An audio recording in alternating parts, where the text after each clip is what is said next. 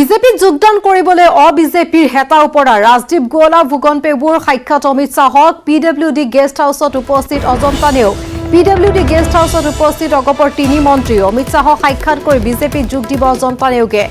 অমিত শাহে সন্ধিয়া কথা পাতিব বিটিচিৰ নৱ নিৰ্বাচিত পাৰিষদৰ সৈতে কথা পাতিব বিজেপি মিত্ৰজোঁটৰ অন্যান্য প্ৰতিনিধিৰে পিডব্লিউডি গেষ্ট হাউছত ইতিমধ্যে অগপৰ 3 মন্ত্ৰী উপস্থিত হৈছে আমি জনাই আছো সমান্তৰালভাৱে পোনপটীয়া সম্প্ৰচাৰ আমাৰ অব্যাহত আছে দেখা পোৱা গৈছে পিডব্লিউডি গেষ্ট হাউছত এতিয়া অমিত শাহক লক্ষ্য কৰিবৰ বাবে ইজনৰ পিছত আন এজন নেতাৰ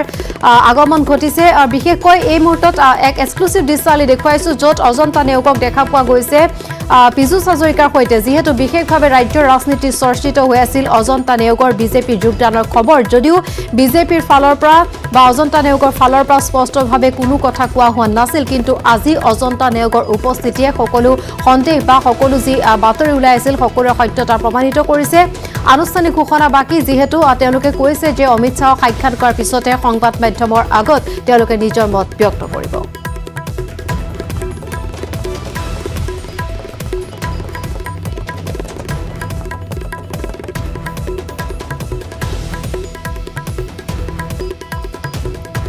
আৰু কিছু সময় পূৰ্বে আমি জনাইছো অজন্তা নেওগ সেই স্থানত উপস্থিত হৈছে সমান্তৰালভাৱে ৰাজদীপ গোৱালা ভুগন পেবু উপস্থিত হৈছে আৰু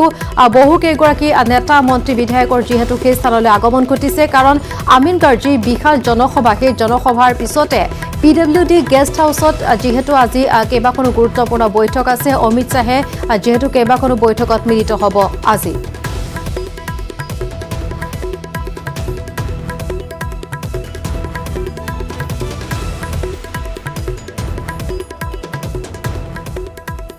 আমিনগাঁৱত অনুষ্ঠিত বিশাল সভা কেন্দ্ৰীয় গৃহমন্ত্ৰী অমিত শাহে মুকলি কৰিলে 4খন আঁচনি আৰু গুৱাহাটীৰ দ্বিতীয়খন চিকিৎসা মহাবিদ্যালয়ৰ আধাৰশিলা স্থাপন কৰে শিলান্যাস কৰিলে আইন মহাবিদ্যালয়ৰ 8000 নামঘৰলৈ চৰকাৰী অনুদান প্ৰদান प्रचंड आवाज से बोलिए भारत माता की भारत माता की भारत माता की বড়োলেণ্ডৰ নিৰ্বাচন আছিল ছেমি ফাইনেল আহিবলগীয়া 21ৰ ফাইনেলত আমি পাম একক সংখ্যাগৰিষ্ঠতা সৰ্বাসীমন্তৰ জুটিয়ে অসমত দেখুৱাইছে সাংঘাতিক কৃতিত্ব অসমত 21ৰ বিধানসভা নিৰ্বাচনৰ ৰণধংকা বজালে কেন্দ্ৰীয় গৃহমন্ত্ৰী অমিত শাহে ये तो सेमीफाइनल है फाइनल आसाम के चुनाव आने वाले हैं यहां पर भी फिर से एक बार पूर्ण बहुमत की भारतीय जनता पार्टी की सरकार मैं मानता हूं कि एक बहुत बड़ा परिवर्तन की शुरुआत नरेंद्र मोदी जी के नेतृत्व में हुई और भाई सर्बानंद सोनोवाल और हेमंत बिस्वा शर्मा की जोड़ी ने इस शुरुआत को गति देने का काम किया है অসমত ভক্তি আন্দোলনৰ পুনৰুত্থান ঘটাই বিজেপি চৰকাৰে এনে এক সামাজিক ৰূপান্তৰ আনিব যাৰ বাবে নতুন চাম যুৱকে হাতত অস্ত্ৰ তুলি ল'বলগীয়া নহয় আমিনগাঁৱৰ ৰাজহুৱা সভাত অসম দৰ্শন আঁচনি মুকলি কৰি কেন্দ্ৰীয় গৃহমন্ত্ৰী অমিত শাহে দিলে এই প্ৰতিশ্ৰুতি এই আঁচনিৰ অধীনত ৰাজ্যৰ 8000 নামঘৰৰ প্ৰতিটোলৈ আগবঢ়োৱা হ'ব 2.5 লাখ টকাকৈ অমিত শাহে ক'লে এটা সময় আছিল অসমত শাসক পক্ষক নিয়ন্ত্ৰণ কৰিছিল বিচ্ছিন্নতাকামী শক্তিয়ে যুৱসকলৰ হাতত তুলি দিয়া হৈছিল অস্ত্ৰ কিন্তু বিজেপি চৰকাৰ অহাৰ পিছতেই এই সকলো হিংসাত্মক গোট মূলটিলৈ ঘূৰি আহি বিকাশৰ পথত সন্মিলিত হৈছে বড়োলেণ্ডত ৰক্তপাতবিহীনভাৱে 80% লোকে ভোটদান প্ৰক্ৰিয়াত অংশগ্ৰহণ কৰাটোৱেই ইয়াৰ প্ৰমাণ বুলি ভাষণত উল্লেখ কৰিলে অমিত শাহে इतने सालों से हथियार लेकर जो बोडो युवा घूम रहे थे आज मुख्य प्रवाह के अंदर शामिल हो गए हैं और अभी अभी वहां पर चुनाव हुआ और मुझे कहने के लिए बड़ा गर्व हो रहा है 80% वोटिंग पहली बार हुआ है और रक्त की एक बूंद भी जमीन पर नहीं गिरी মনমোহন সিঙে অসমক প্ৰতিনিধিত্ব কৰি প্ৰধানমন্ত্ৰী হোৱাৰ পিছতো একো এটা নকৰা বুলি তীক্ষ্ণ সমালোচনা কৰি আমিনগাঁৱৰ ৰাজহুৱা সভাতেই অংগীকাৰ কৰিলে অসমক ভাৰতবৰ্ষৰ শ্ৰেষ্ঠ ৰাজ্য হিচাপে গঢ়ি তোলা হ'ব मनमोहन सिंह स्वयं यहां से 15 साल तक सांसद रहे 18 साल तक रहे मगर रॉयल्टी का मसला हल नहीं कर सके। मोदी जी ने असम की सरकार बनने से पहले ही असम की रॉयल्टी का मसला हल कर पुराना 8,000 करोड़ रुपया और आगे के लिए हमेशा बढ़ोतरी कर असम के विकास के लिए ढेर सारा काम करने का नरेंद्र मोदी जी ने किया है। मुख्य प्रवाह के अंदर राजू बरुआ और हिरकज्योति मालाकाৰৰ সহযোগত bureau report news 18 Assam north east. विश्व भर के युवा के साथ स्पर्धा कर अपने अष्टलक्ष्मी और आमिनगाঁৱৰে বিশাল জনসভাত অমিত শ্বাহে সম্বোধন কৰাৰ পিছতে যেহেতু পিডব্লিউডি গেষ্ট হাউচলৈ তেওঁ পুনৰ উভতি গৈছে আৰু তাতে আজি যেহেতু সকলে দৃষ্টি নিবদ্ধ হৈ আছে কাৰণ আমি জনাই আহিছো পোনপটীয়া সম্প্ৰচাৰ আমাৰ সাংবাদিকে দেখুৱাইছে কিদৰে তাত বিভিন্ন নেতা মন্ত্ৰী আগমন ঘটিছে বিশেষকৈ কেইবাগৰাকীও মন্ত্ৰী যেহেতু আজি বিজেপিৰ যোগদানৰ খবৰ ইতিমধ্যে আমি জনাইছো তেওঁলোকৰ উপস্থিতিয়ে তাৰ সত্যতা প্ৰমাণ কৰিছে। হিৰকজ্যোতি মালাকাৰ আমাৰ সৈতে এই মুহূৰ্তত পোনপটীয়াভাৱে সংযুক্ত হৈছে। হিৰক কি আছে এই মুহূৰ্তৰ খবৰ?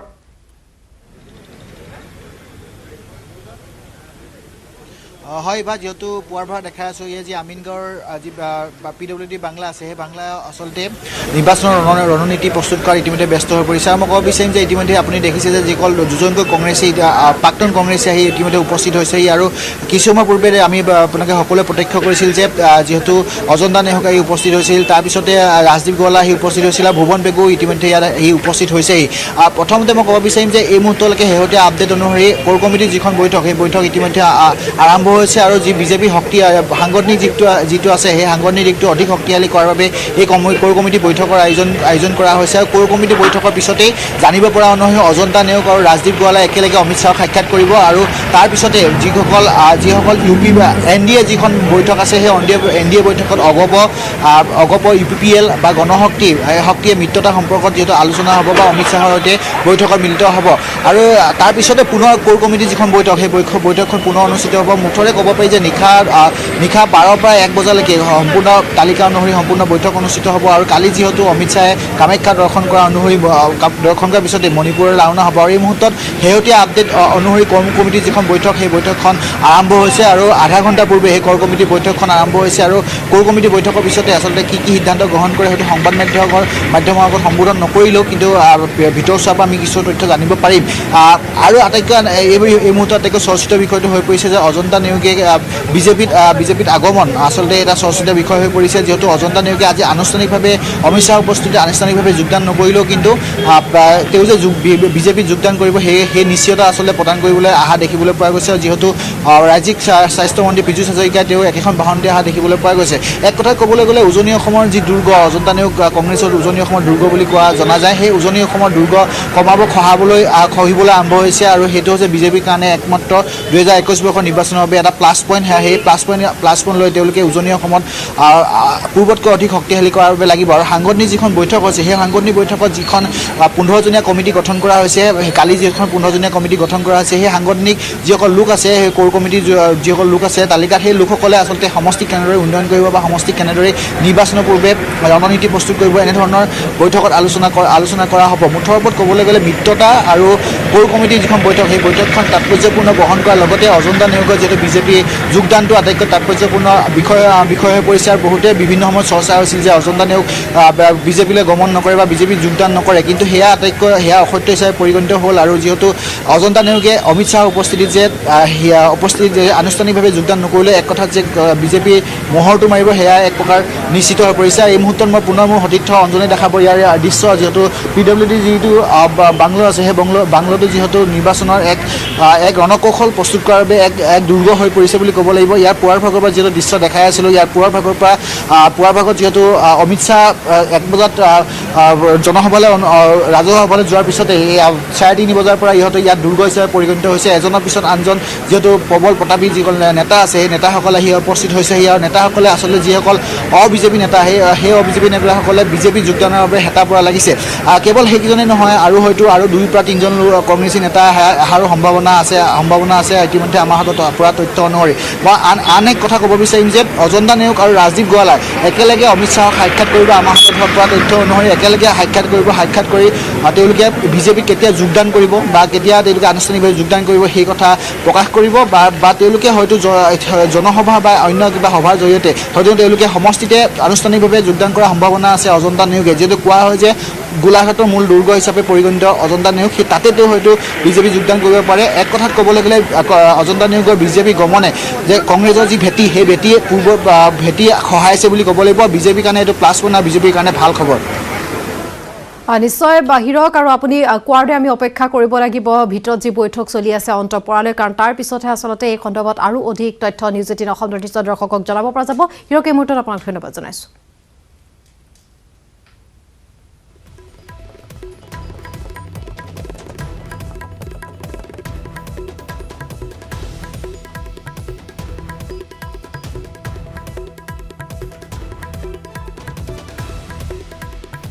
তিনিদিনীয়া ভ্ৰমণসূচীৰে উত্তৰ পূবলৈ অহা কেন্দ্ৰীয় গৃহমন্ত্ৰী অমিত শ্বাহে আজি নিশাটো কটাব গুৱাহাটীতে কাইলৈ পুৱা মা কামাখ্যাৰ আশীক লৈ ইম্ফললৈ ৰাওনা হ'ব কেন্দ্ৰীয় গৃহমন্ত্ৰীগৰাকী ইম্ফলৰ ভ্ৰমণ সামৰি কাইলৈ পুনৰ দিল্লীলৈ ৰাওনা হ'ব অমিত শ্বাহ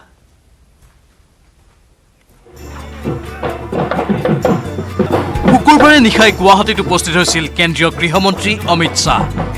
নিশা কেন্দ্ৰীয় মন্ত্ৰীগৰাকীক বিমানবন্দৰত আদৰণি জনাই মুখ্যমন্ত্ৰী সৰ্বানন্দ সোণোৱাল মন্ত্ৰী হিমন্ত বিশ্ব শৰ্মাসহ ৰাজ্যিক বিজেপিৰ বহু শীৰ্ষ পৰ্যায়ৰ নেতাই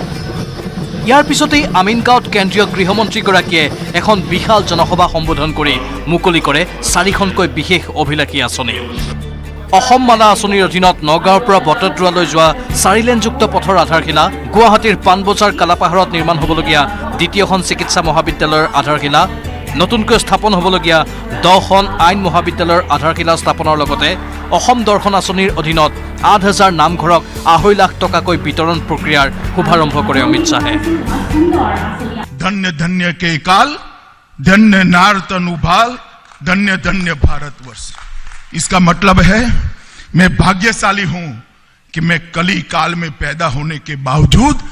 भारतवर्ष में पैदा हुआ हूं इसलिए मैं भाग्यशाली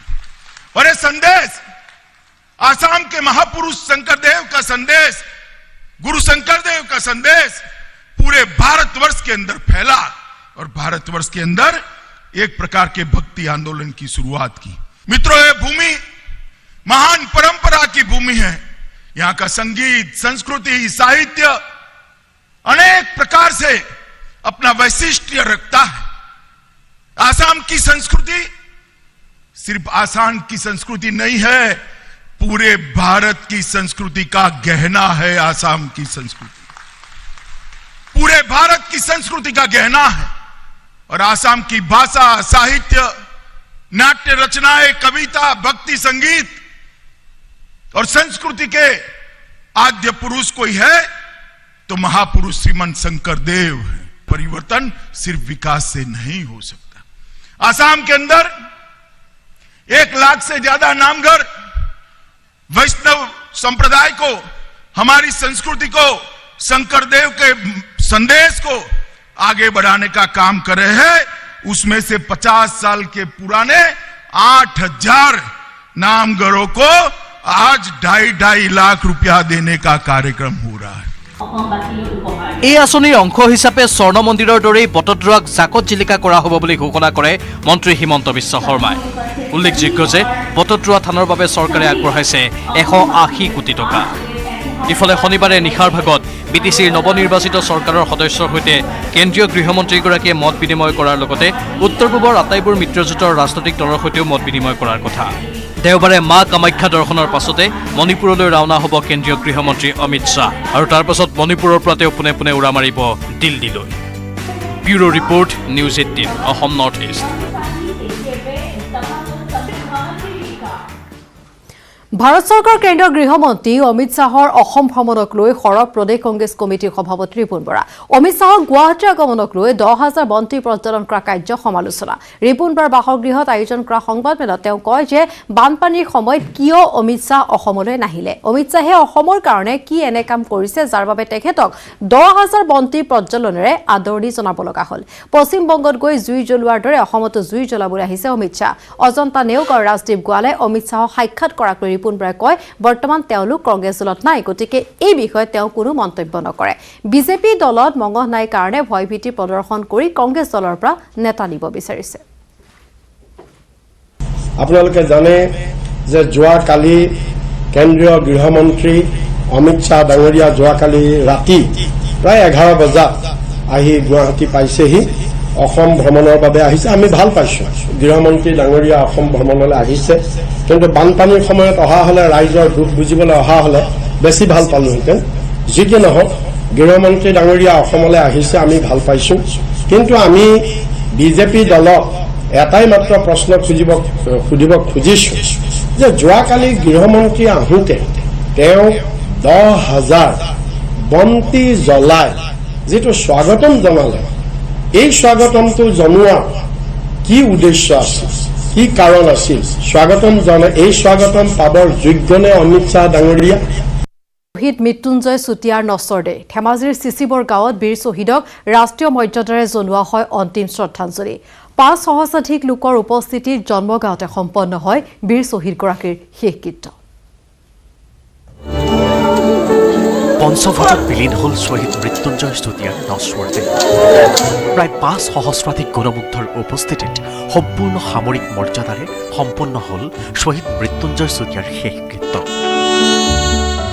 24 ডিচেম্বৰত শ্ৰীনগৰৰ গণ্ডিৰৱাল জিলাত উগ্ৰপন্থীৰ গ্ৰেনেড বিস্ফোৰণত কৰুণ মৃত্যুক সাৱটি লোৱা চিচিবৰ গাঁৱৰ গেলুৱা আদৰ্শ গাঁৱৰ বীৰ শ্বহীদ মৃত্যুঞ্জয় চুতীয়াৰ নশ্বৰদে পুৱাই পায়হি ডিব্ৰুগড় মোহনবাৰী বিমানবন্দৰ প্ৰাংগণতে সামৰিক মৰ্যাদাৰে শ্ৰদ্ধাঞ্জলি জ্ঞাপন কৰে CRPFৰ DIG ৰাজীৱ ৰঞ্জন অসম আৰক্ষীৰ DIG জে দলে CRPFৰ ভাৰপ্ৰাপ্ত CEO মহেন্দ্ৰ কুমাৰ ডিব্ৰুগড় আৰক্ষী অধীক্ষককে ধৰি আত্মীয় স্বজন আৰু অন্যান্যসকলে अल्पकाल की सेवा में भी इनका अदम्य साहस शौर्य और देश के प्रति लगन और निष्ठा देशभक्ति सर्वोपरि है केंद्रीय रिजर्व पुलिस बल इनकी देशभक्ति और शौर्य को सलाम करता है ইয়াৰ পাছতে পুষ্পসজ্জিত বাহনেৰে ধেমাজিৰ গেলুৱালৈ লৈ যোৱা হয় শ্বহীদজনৰ নশ্বৰদেহ দুপৰীয়া প্ৰায় 12 বজাত তেওঁৰ নশ্বৰদেহ আহি পায়হি গেলুৱাৰ নিজ বাসগৃহত মৃত্যুঞ্জয় চুতীয়া অমৰ হওক ধ্বনিৰে সমদল কৰি লৈ অনা হয় বীৰ শ্বহীদজনৰ নশ্বৰদেহ বীৰ জোৱানজনৰ মৃতদেহ নিজ গৃহত উপস্থিত হোৱাৰ লগে লগে সৃষ্টি হয় এক অভাৱনীয় পৰিস্থিতি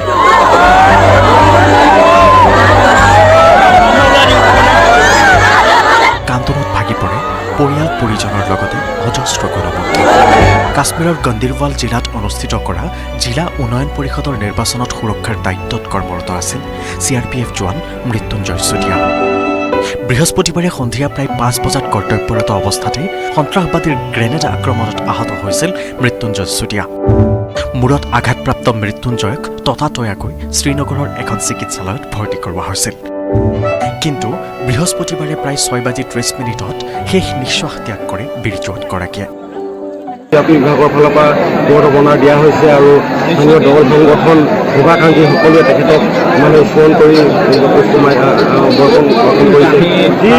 সন্ত্ৰাসবাদী আক্ৰমণৰ ফলত আজি মৃত্যুঞ্জয় চুতীয়াৰ দৰে এজন উঠি অহা সুঠাম যুৱক সৈনিক আমি হেৰুৱাইছোঁ আমি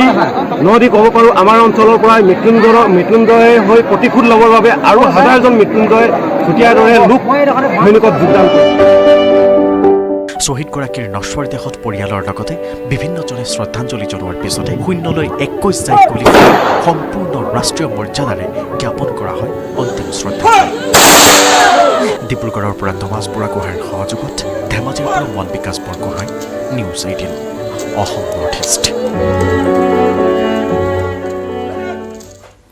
প্ৰতিবাদ মুখৰ দুলিয়াজানৰ অইলৰ মুখ্য প্ৰৱেশদ্বাৰ প্ৰতিবাদত নামিল oil drilling and production worker union কিন্তু কিহৰ বাবে এই প্ৰতিবাদী কাৰ্যসূচী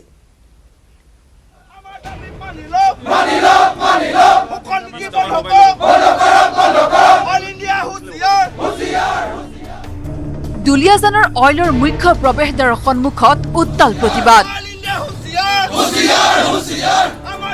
oil drilling and production worker ইউনিয়নে সাব্যস্ত কৰে উত্তাল প্ৰতিবাদ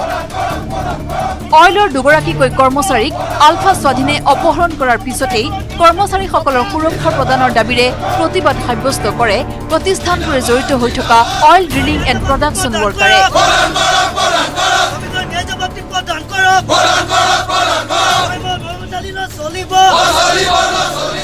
21 ডিচেম্বৰত অৰুণাচলৰ চাংলাং জিলাত কৰ্মৰত দুগৰাকী কৰ্মচাৰীক অপহৰণ কৰে উগ্ৰপন্থী সংগঠনে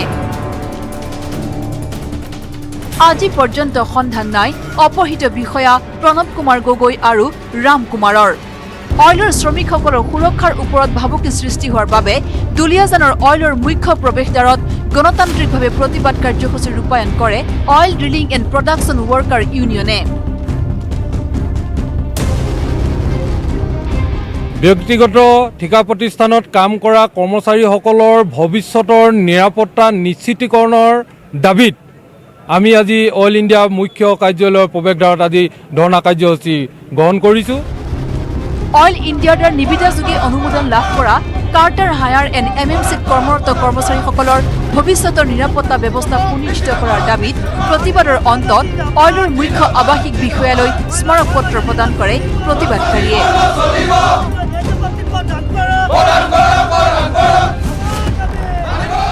30 তাৰিখৰ ভিতৰত ভৱিষ্যতৰ নিৰাপত্তা ব্যৱস্থা সুনিশ্চিত কৰাৰ দাবী জনাই প্ৰতিবাদী সংগঠনটোৱে কেনেকুৱা ধৰণৰ আৰ্মছ ছিকিউৰিটি দিব লাগে সেই ধৰণৰ গোটেই প্ৰক্ৰিয়াটো আপোনালোকে অতি সোনকালে কৰিব লাগে যদি এই বস্তুটো যদি এতিয়া সমাধান নহয় অনাগত দিনত কিন্তু আমি এনেকুৱা ধৰণৰ কাৰ্যসূচী হাতত ল'বলৈ বাধ্য হ'ম য'ত নেকি oil drilling and production workers union কিন্তু জগৰীয়া নহয় অল ইণ্ডিয়া লিমিটেডহে জগৰীয়া হ'ব অন্যথা পুনৰ তীব্ৰ প্ৰতিবাদ সাব্যস্ত কৰাৰ সকিয়নি দিয়ে oil drilling and production worker ইউনিয়নে নাহৰকটীয়াৰ পৰা Utpal Chaliha news 18 Assam north east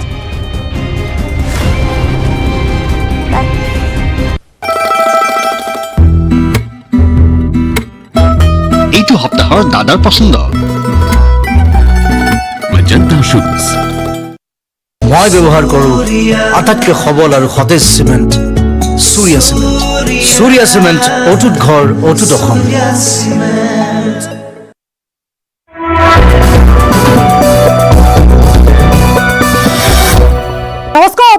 সৈতে ষ্টুডিঅ'ত মই ভাবহন্ত ৰাজ্যত হাতী মানুহৰ সংঘাত অব্যাহত থকাৰ মাজতে শিৱসাগৰ সংঘটিত হৈছে এক চাঞ্চল্যকৰ ঘটনা দিচাংমুখ লেপাই গাঁৱৰ জুলাটোপ গ্ৰেজিঙত মৃত্যুমুখত পৰিছে দুটা বনৰীয়া হাতী কিন্তু কিহৰ বাবে মৃত্যু হ'ল এই বনৰীয়া হাতী দুটা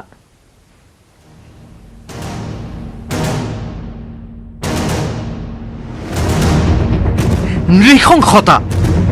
দুটাকৈ বন্যহস্তিক নৃশংস হত্যা শিৱসাগৰত চাঞ্চল্যকৰ ঘটনা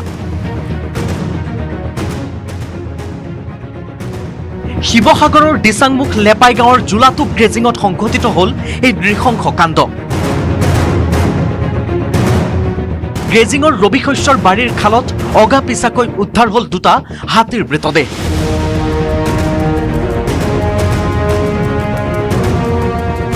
হাতী দুটাৰ মৃতদেহ গাঁৱৰ ৰাইজে প্ৰত্যক্ষ কৰি খবৰ দিয়ে বন বিভাগক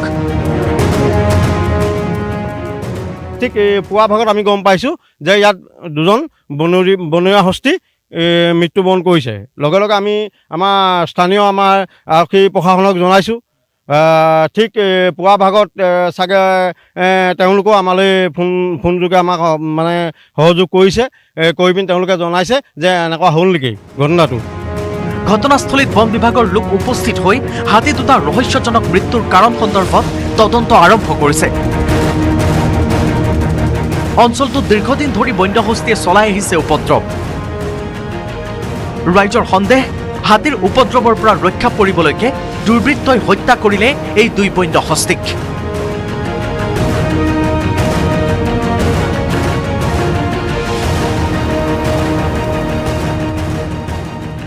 শিৱসাগৰৰ পৰা Joyjyoti Gogoi, news 18 Assam north east. পৰিছে প্ৰচণ্ড ঠাণ্ডা, শীতৰ প্ৰকোপৰ পৰা ৰক্ষা পাবলৈ সকলোকে লাগে কম্বল। এনে সময়তে বজাৰত থকা কম্বলৰ ওপৰত চকু পৰিল তিনি চোৰৰ। পিছে ঠাণ্ডাৰ বাবে নহয়, ড্ৰাগছ কিনিবলৈহে তিনি যুৱকে ছুপাৰ মাৰ্কেটৰ পৰা চুৰি কৰিলে কেইবাখনো কম্বল।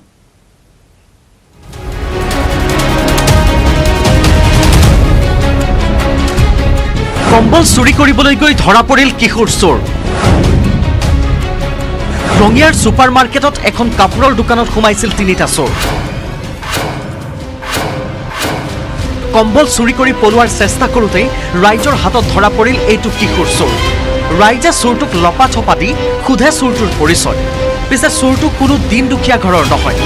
সম্ভ্ৰান্ত ঘৰৰ ল'ৰা। তেন্তে কিয় চুৰি কাৰ্যত নামিছিল এইটো কিশোৰ? কিশোৰটোৰ অকপট স্বীকাৰোক্তি, ড্ৰাগছ কিনিবলৈ টকা নাছিল।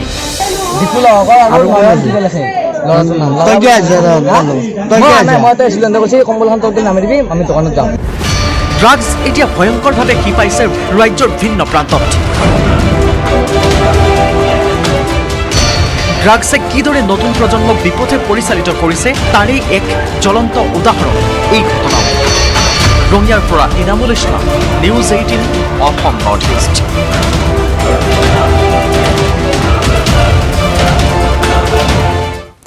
প্ৰথমে অব্যাহত থাকিব এটা বিৰতিৰ পাছত।